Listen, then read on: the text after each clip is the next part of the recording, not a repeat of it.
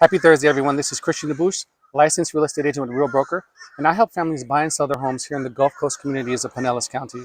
If that's of interest to you, give me a call at 727-303-1521 or send me a DM on social media at CD Selling St. Pete.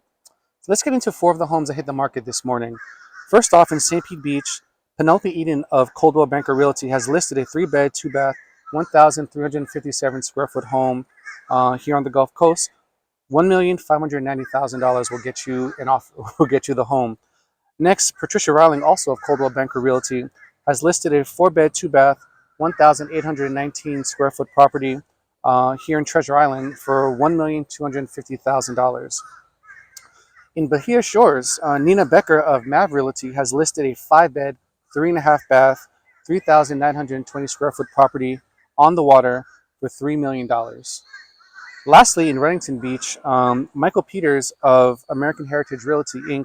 has listed a 3-bed, 2-bath, 1,472 square foot property for $900,000. If these homes are of interest to you or you're looking to bring your family to the shores, I'm your guy. You can reach me at 727-303-1521 or hit me up on all my social media at CD Selling St. Pete. Talk to you tomorrow.